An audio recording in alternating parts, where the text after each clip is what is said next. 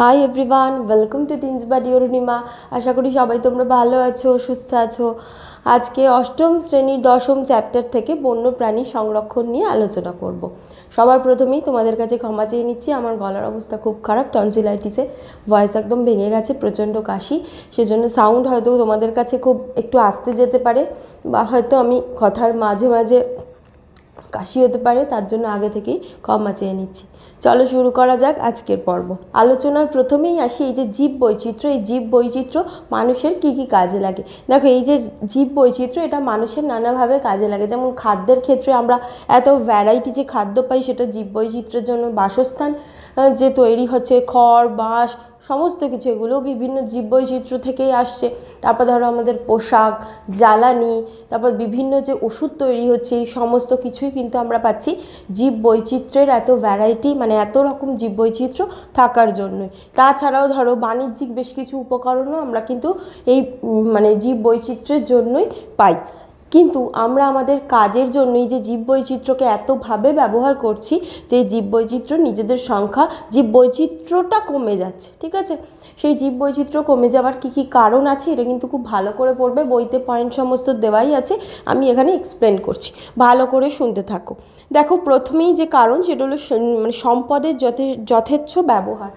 সম্পদ বলতে এখানে কী বোঝানো হয়েছে, এখানে জল সম্পদকে বোঝানো হয়েছে, বা ধরো মাটির নিচে যে সমস্ত সম্পদ আছে, ধরো কয়লা, পেট্রোলিয়াম, এগুলোকেও বোঝানো হচ্ছে।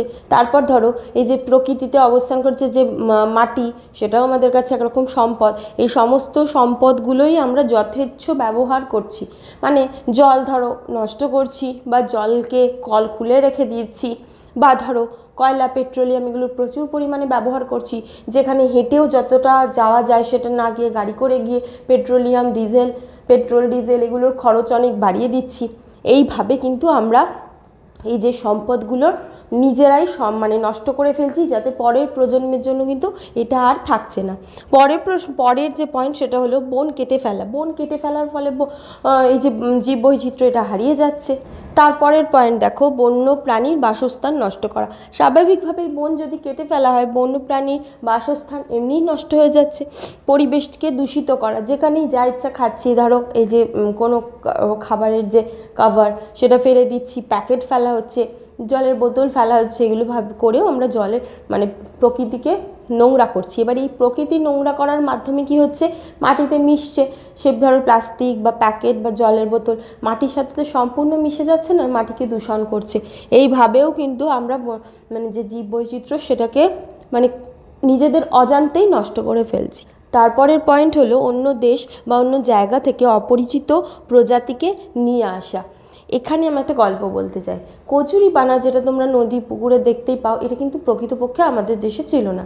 এইটা কি ছিল, যখন আমেরিকা থেকে জাহাজ এসেছিলো, সেই জাহাজের সাথে এই যে চলে এসেছিলো কচুরিপানা। ঠিক আছে, এবার এই কচুরিপানা আসার ফলে কি হলো, জলেতে যে স্বাভাবিকভাবে যে লিলি, ওয়াটার লিলি বিভিন্ন রকম ফুটতো, মানে যেগুলো শালুক, পদ্ম, এরকম, এগুলো সব নষ্ট করে দিল। আর কচুরিপানা নিজেদের সংখ্যা এত বেশি হারে বৃদ্ধি করতে পারে যে অন্য উদ্ভিদের গ্রোথ কিন্তু হতে দেয় না। ঠিক আছে, তার ফলে কি হচ্ছে, এই যে বাইরে থেকে কোনো উদ্ভিদ আসছে বা প্রাণী আসছে, সেটা ইন্টেনশনালি হতে পারে, আনইনটেনশনালি হতে পারে, কিন্তু যদি কোনো জায়গায় এসে যায়, সেটা কিন্তু সেই জায়গার যে পুরনো যে সমস্ত জীবকে, সেটা কিন্তু নষ্ট করে দিচ্ছে। যেমন বর্তমানে তোমরা ল্যান্টানা ক্যামেরা নামে একরকম উদ্ভিদ দেখা যায়। দেখো, এখানে আমি একটা ছবি দিয়ে দিয়েছি, এটা হলো ল্যান্টানা ক্যামেরা, তোমরা নিশ্চয়ই অনেকেই দেখেছো। এই ল্যান্টানা ক্যামেরা কোনো জায়গায় আসার ফলে সেই জায়গায় দুর্বা ঘাস, তারপর ধরো মাটিতে ন্যাচারালি যে সমস্ত গাছ গজায়, কেশুত গাছ, এই সমস্ত গাছের বৃদ্ধিকে কিন্তু এরা অনেকটা কমিয়ে দিয়েছে। ঠিক আছে, তাহলে এই যে মানে বাইরে থেকে বহিরাগত যে সমস্ত উদ্ভিদ বা প্রাণী, এগুলো আসার ফলে কিন্তু ওই জায়গার যে পুরনো যে উদ্ভিদগুলো, তারা কিন্তু ক্রমশ বিলুপ্ত হয়ে যাচ্ছে। তারপরের পয়েন্ট হলো আবহাওয়ার পরিবর্তন। কোনো জায়গায় প্রকৃতিতে আমরা এত বেশি পরিমাণ ব্যবহার করে ফেলছি, জলচক্র নষ্ট হচ্ছে, তার ফলে বৃষ্টির মানে রেট বদলে যাচ্ছে, জায়গায় বৃষ্টিটা কীরকম হবে সেটা বদলে যাচ্ছে। তার ফলে কি হচ্ছে, যে ওই জায়গার আবহাওয়া পরিবর্তন হয়ে যাচ্ছে। তারপরের পয়েন্ট হলো শিকার করা। এক্ষেত্রেও বলে রাখি যে চোরা শিকার প্রধানত এটা কিন্তু খুব বেশি পরিমাণ হচ্ছে। এর জন্য যে প্রাণীর যে সংখ্যা অনেক পরিমাণ কমে যাচ্ছে। এবার চোরা শিকার কেন হয়? চোরা শিকার হয় কি, প্রাণীটাকে চুরি করে মেরে ফেলা হয়, তারপর তার দেহের বিভিন্ন অংশ বাজারজাত করা হয়। যেমন হাতি মেরে ফেলা হয় হাতির দাঁতের জন্য, গন্ডার মেরে ফেলা হচ্ছে গন্ডারের অ্যাক্সটিংয়ের জন্য, তারপর হরিণ মেরে ফেলা হয় সেই যে মৃগ, মানে হরিণের যে কস্তুরী মৃগ হয়, সেই কস্তুরী মৃগের যে নাভি, সেখান থেকে একরকম তোমার পারফিউম তৈরি হয় সেইগুলোর জন্য। এই সমস্ত প্রাণীগুলো যাদেরই এরম বাণিজ্যিক মূল্য আছে কোনো না কোনো ক্ষেত্রে, তাদেরকে মেরে ফেলা হচ্ছে এবং সেখান থেকে তাদের যে শরীরের অঙ্গ যেগুলোর বাজারে দাম আছে সেগুলোকে বিক্রি করা হচ্ছে। এরভাবেও কিন্তু প্রচুর পরিমাণ প্রাণী, মানে এই যে প্রাণীর যে বৈচিত্র্য সেটা নষ্ট হয়ে যাচ্ছে। তারপরে পয়েন্ট হলো বন্য প্রাণীর দেহের নানা অংশকে বাণিজ্যিক কাজে লাগানো। এটা আর এটা মোটামুটি রিলেটেড, যেটা বললাম আমি। তাহলে এই যে পয়েন্টগুলো, এইগুলো কিন্তু পড়ে রাখবে, 2 মার্কসের প্রশ্নে অনেক সময় আসতে পারে যে এই মানুষের কোন কোন কাজের জন্য প্রাণীদের যে এই যে বৈচিত্র্য সেটা বিপন্ন, তার কতগুলো কারণ লিখতে দিতে পারে। এগুলো কিন্তু অবশ্যই এই জায়গাগুলো পড়ে রাখবে। এখন যে টপিকে আসছি, এই টপিকে আন্তর্জাতিক সংস্থা এই সমস্ত যে জীব বৈচিত্র্যকে বিভিন্ন ক্যাটাগরিতে ভাগ করে দিয়েছে। সেটা দেখো, এই যে সংস্থাটার নাম, তার নাম হলো IUCN। পুরো নামটা পড়ে রাখবে কারণ অনেক সময় আসতে পারে। এই IUCN এর পুরো নাম হলো international union for the conservation of nature and natural resources. তাহলে এই IUCN কী করেছে, এই যে জীব বৈচিত্র্যকে কতগুলো মানে ক্যাটাগরিতে ভাগ করেছে এবং তালিকাভুক্ত করেছেন। এই যে তালিকাভুক্ত করেছেন যে বইয়ের মধ্যে, সেইটাকে বলা হয় হলো রেড ডেটা বুক। এই রেড ডেটা বুক কাকে বলে, এখান থেকে কিন্তু প্রশ্ন আসে, খুব ভালো করে পড়তে হবে। এই যে রেড ডেটা বুকের মধ্যে দেখা যায় যে এই যে জীব বৈচিত্র্যকে মোটামুটি 7টা ভাগে ভাগ করা হয়েছে। যে সমস্ত জীব বর্তমানে বিলুপ্ত, তাদেরকে আর মানে লাস্ট যে জীব ছিল সেটাও মারা গেছে, আর এইরকম প্রাণীদের দেখা যাবে না বা প্রজাতিকে দেখা যাবে না, তাদেরকে বলা হয় এক্সটিংক্ট। ইংলিশে বলে এক্সটিংক্ট আর বাংলায় বলে বিলুপ্ত প্রাণী।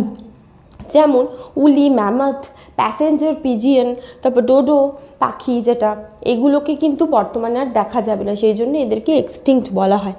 তারপর 2 নম্বর যে পয়েন্ট সেটা হলো এক্সটিংক্ট ইন ওয়াইল্ড, মানে বন্য পরিবেশে এদের আর দেখা যাবে না।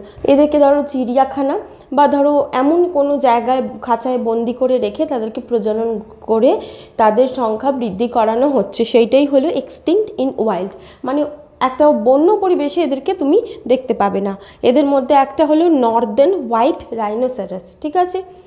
নেক্সট যে পয়েন্ট সেটা হলো ক্রিটিক্যালি এন্ডেঞ্জার্ড, মানে অতি সংকটাপন্নভাবে বিপন্ন। এই জাতীয় প্রাণীরা নিকট ভবিষ্যতে এদের সংখ্যা কিন্তু একদম বিলুপ্ত হয়ে যেতে পারে। তাদের মধ্যে আছে বাঘ, গরিলা, সুমাত্রার হাতি, শাওলা, টার্টেল, এগুলো।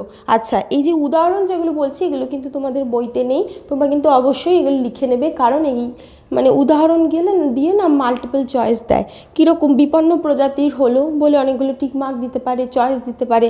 সেক্ষেত্রে কিন্তু এই উদাহরণগুলো তোমরা পড়তে হবে। উদাহরণ তোমাদের বইতে নেই, অবশ্যই করে কিন্তু পড়ে নিতে হবে।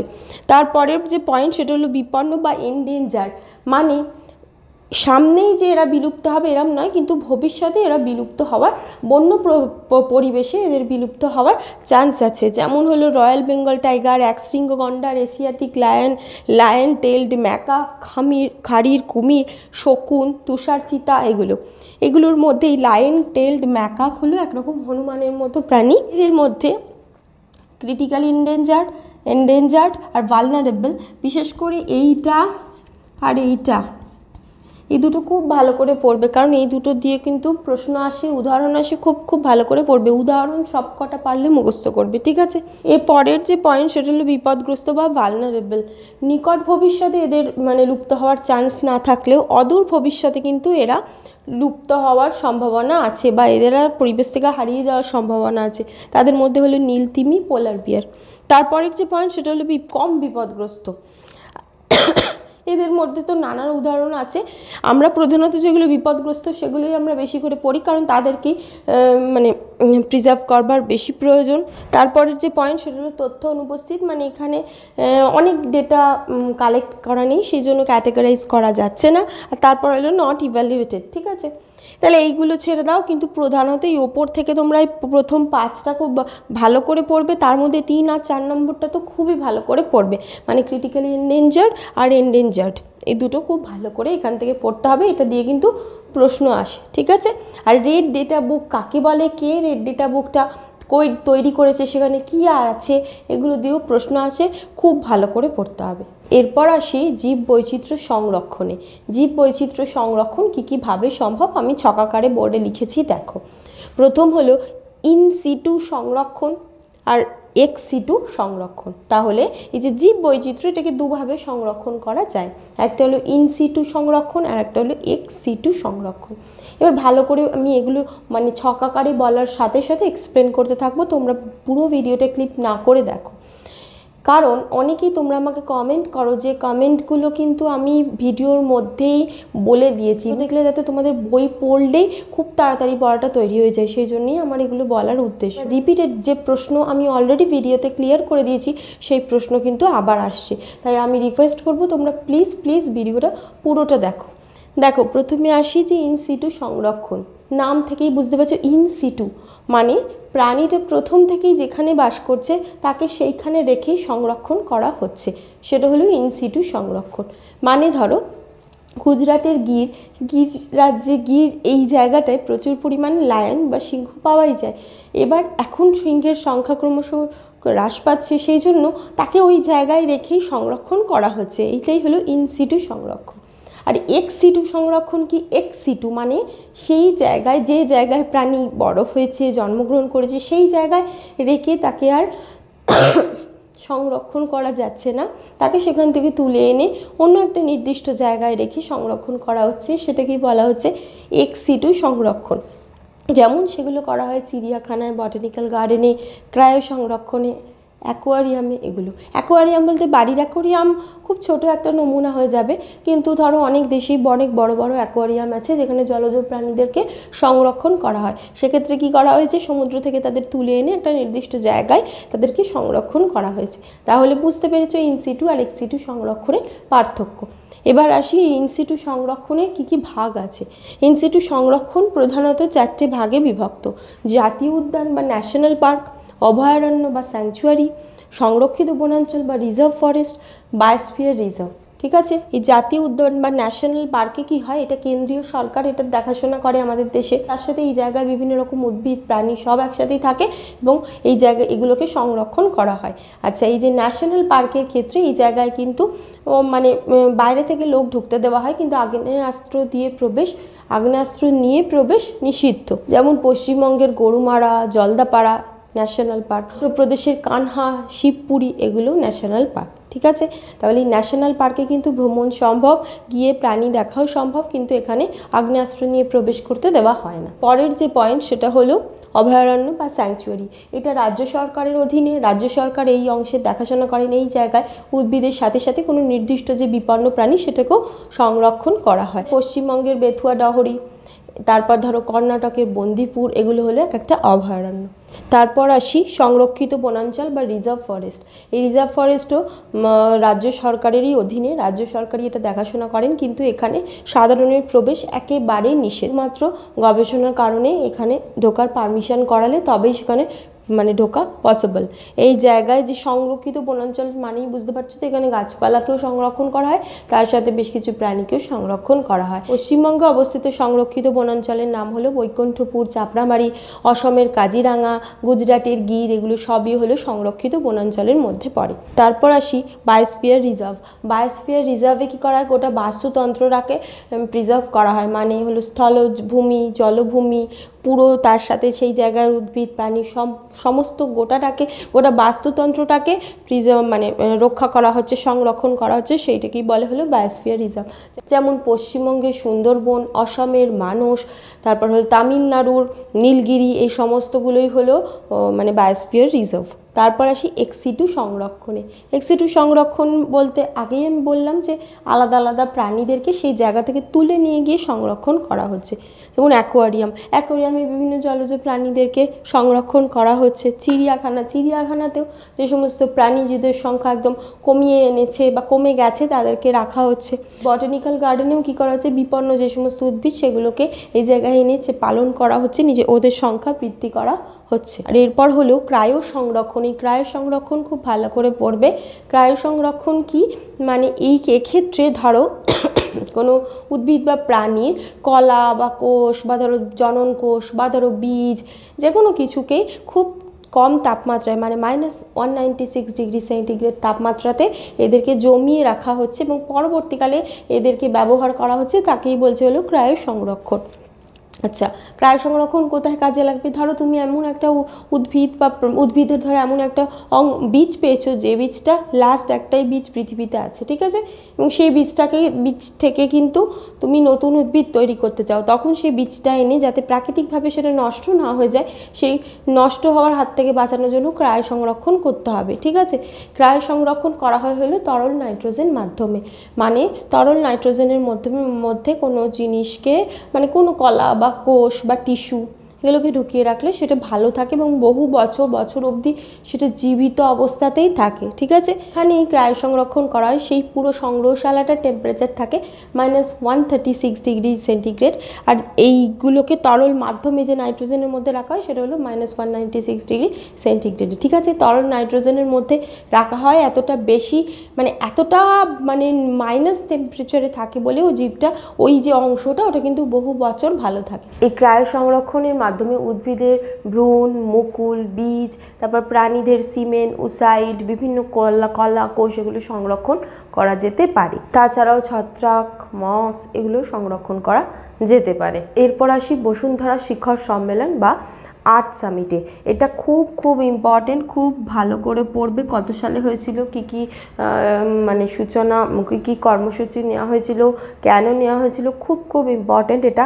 আর এটা তোমরা যখন একবার পড়ে নেবে না, এটা এগেন অ্যান্ড এগেন পড়তে হয়, ক্লাস 10-এ পড়তে হবে, ক্লাস 12-এ পড়তে হবে, যখনই ইভিএসের কোনো কিছু আসবে এনভায়রনমেন্টাল সায়েন্সের জন্য তখনই এটা পড়তে হবে, তাই এটা খুব ভালো করে পড়ে রাখবে। 1992 সালে ব্রাজিলের রিও ডি জেনিরোতে এই যে সম্মেলন সেটাকে আয়োজন করা হয় এবং এখানে পরিবেশ বিষয়ক বিভিন্ন যে কী কর্মসূচি নেওয়া হবে সেটা নিয়ে আলোচনা করা হয়। আচ্ছা, পরিবেশের যা সমস্যা রয়েছে এবং সেই সমস্যা দূরীকরণের জন্য যা করতে হবে সেই টোটাল যে কর্মসূচি সেটাকে বলা হতো 21 দফা কর্মসূচি, ঠিক আছে। এটাকে সেই জন্য বলা হয় এজেন্ডা 21, এটার কর্মসূচি ছিল 21টা। এই যে সম্মেলনের প্রধান যে বস্তু ছিল সেটা হলো সাস্টেনেবল ডেভেলপমেন্ট। সাস্টেনেবল হলো যে ডেভেলপমেন্ট বা যে উন্নতি হবে সেটা সাস্টেনেবল হবে। সাস্টেনেবল ডেভেলপমেন্ট হলো ধরো আমরা এমন একটা কাজ করছি যেটা আজ করে গেলে সেটা সুফল আমরা পেলাম, কিন্তু পরবর্তীকালে পরের প্রজন্ম সেটার কুফল পেল, সেরকম নয়। সাস্টেনেবল যে ডেভেলপমেন্টটা সাস্টেন করবে বা রয়ে যাবে এবং প্রত্যেকে সেটা থেকে সুবিধা পাবে, সেইটাই সম্পর্কে এখানে আলোচনা করা হয়। এই সাস্টেনেবল ডেভেলপমেন্টকে বলা হয় হলো স্থিতিশীল উন্নয়ন, ঠিক আছে। এছাড়াও জলের সঠিক ব্যবহার, তারপর দূষণ কমানো, বনের সংরক্ষণ, তারপর পরিবেশের যে তাপমাত্রা নিয়ন্ত্রণ, সমুদ্রের জলের দূষণকে দূষণ যাতে কম হয় সেদিকে রক্ষা করা, বিভিন্ন যে প্রাণীদের যে জৈব বৈচিত্র্য সেগুলো রক্ষা, এই সমস্ত কিছু ছিল এটারই যে কর্মসূচি, ঠিক আছে। তাহলে এই বসুন্ধরা শিখর সম্মেলন বা আর্ট সামিট খুব ইম্পর্টেন্ট, খুব ভালো করে পড়বে। আজ এই পর্যন্তই, আশা করি তোমরা বুঝতে পেরেছো। তোমাদের যদি কোনো প্রশ্ন থাকে কমেন্ট করো, আর তোমরা এই ভিডিওটা লাইক করো, শেয়ার করো আর সাবস্ক্রাইব করো। দেখো সাবস্ক্রাইবের পাশে একটা বেল বাটনও আছে, ওটাও ক্লিক করে দিও, তাহলে আমি যখনই কোনো নতুন ভিডিও দেবো তার ইনস্ট্যান্ট নোটিফিকেশান তোমরা পেয়ে যাবে। Thank you.